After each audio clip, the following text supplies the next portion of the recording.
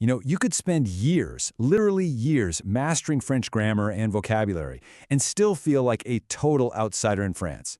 So why is that? Well, it's because the real language, it isn't just spoken, it's lived. And today, we're going to decode those unspoken rules, that subtle etiquette that really connects you to the heart of French culture. And this quote just nails it, right? We're not just talking about what to say, but how to be in France. So we're going to ditch the textbook and dive into the real world. So what is it? What's that invisible line between a tourist just passing through and someone who gets it? It's not just about having a perfect accent. It's about knowing all the little things, the unwritten social code. And together, we're going to unlock it. All right, let's start with section 1, making a good impression. Those first 30 seconds of any interaction in France can make or break the whole thing. If you get these simple things right, trust me, you're already halfway there. This is it, the golden rule, the absolute #1 thing you have to remember. Before you ask for a croissant, before you ask for directions, before you say anything else, you say bonjour. It doesn't matter if you're walking into a tiny little shop, a cafe, or even an empty doctor's office. Bonjour. It's more than just hello. It's a sign of respect, an acknowledgement that you see them as a person. Skipping it? That's like walking into someone's house and just ignoring them. It's the key that unlocks every interaction. And by the way, the same goes for when you leave. A simple au revoir closes that circle of respect. What's so fascinating is how the French language itself kind of forces you to be polite. See, there are 2 words for you. You've got tu, which is informal. That's for your inner circle, your friends, your family, kids. But then there's vous. That's your default for pretty much everyone else. Strangers, older people, the person at the bakery. So if you're ever in doubt, just use vous, always. It's a simple sign of respect, and if they're cool with being more casual, they'll let you know you can switch to tu. Ah, la bise, the famous cheek kiss. Okay, this is where it can get a little awkward for newcomers. The key thing to know is it's for people you already know, friends, family, maybe some close coworkers. It is definitely not for the cashier at the supermarket. And here's the fun part. The number of kisses actually changes depending on where you are in France. It might be 2 in Paris, maybe 3 in Provence, or even 4 in other regions.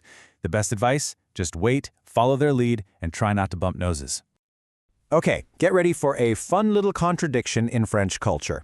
If you're invited to a dinner party at someone's home, you absolutely should be fashionably late. Yeah, I'm serious. Aim for about 10 to 15 minutes after the set time. Showing up early or even exactly on time can seem a little too eager, and being a bit late gives your host some extra breathing room for last-minute prep. But, and this is a big but, if it's a professional meeting, a doctor's appointment, or a restaurant reservation, you are on time. To the minute. In that context, being late is just plain rude. Okay, so we've nailed the first impressions. Now let's zoom out and look at how this whole cultural mindset shapes the rhythm of a typical day in France. Welcome to Section 2, the art of French living.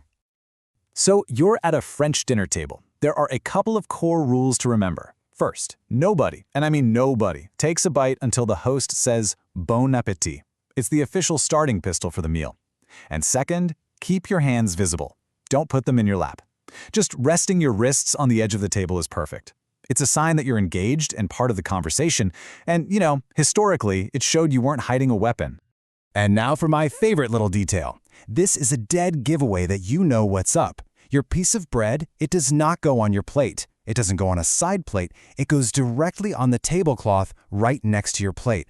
I know, it feels so wrong at first, like you're making a mess, but trust me, in France, it is absolutely the right thing to do. You're really going to have to adjust your internal clock when you're in France. In a lot of places, especially smaller towns, pretty much everything shuts down for a solid 2-hour lunch break, usually from noon to 2. And Sundays, forget about it. That day is for family and rest, not for shopping. But the upside is this wonderful tradition of the daily trip to the boulangerie for fresh bread. It's not just an errand. It's this beautiful, warm, amazing-smelling daily ritual. And honestly, this might be the most important thing to understand about daily life in France. In a world that's obsessed with speed and efficiency, a French meal is a deliberate, wonderful pause. It is not about shoveling in food to refuel. It's about conversation, connection, and pleasure.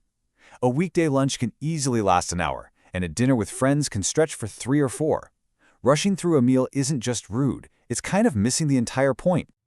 All right, Section 3. We've looked at the daily rituals.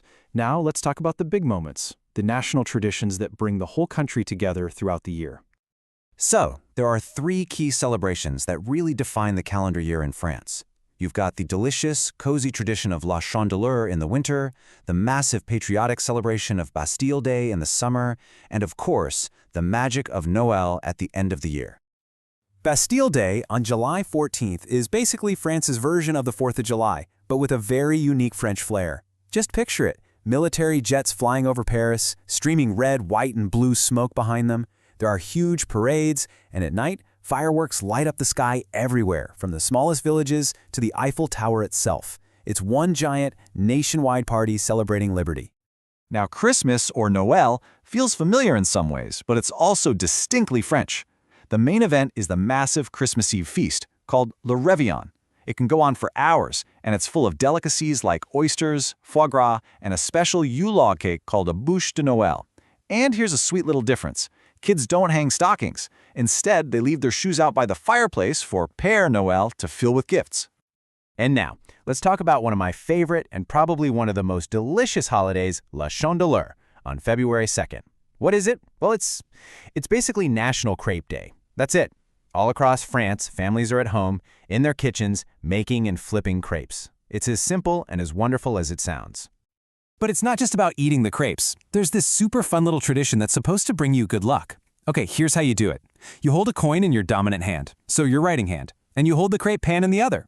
Then you have to flip the crepe and catch it perfectly in the pan.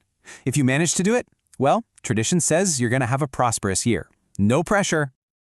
Okay, let's pull all of this together.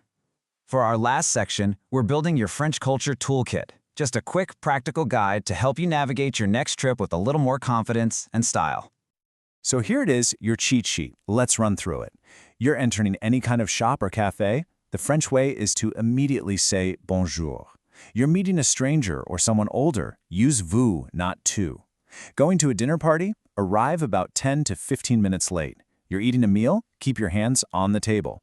And what about that delicious bread? It goes directly on the table. Seriously, if you can just remember these 5 things, you are going to look like a total pro. So there you have it, a little peek behind the curtain at the subtle art of living like the French. It really makes you think, doesn't it? Whether it's the idea of a 3-hour dinner with friends, a daily stop at the bakery, or a whole day dedicated to eating crepes, which of these customs would you actually want to bring into your own life? It just goes to show that culture isn't only about the grand museums and monuments, it's about the small, beautiful rituals that make up everyday life. Thanks for tuning in.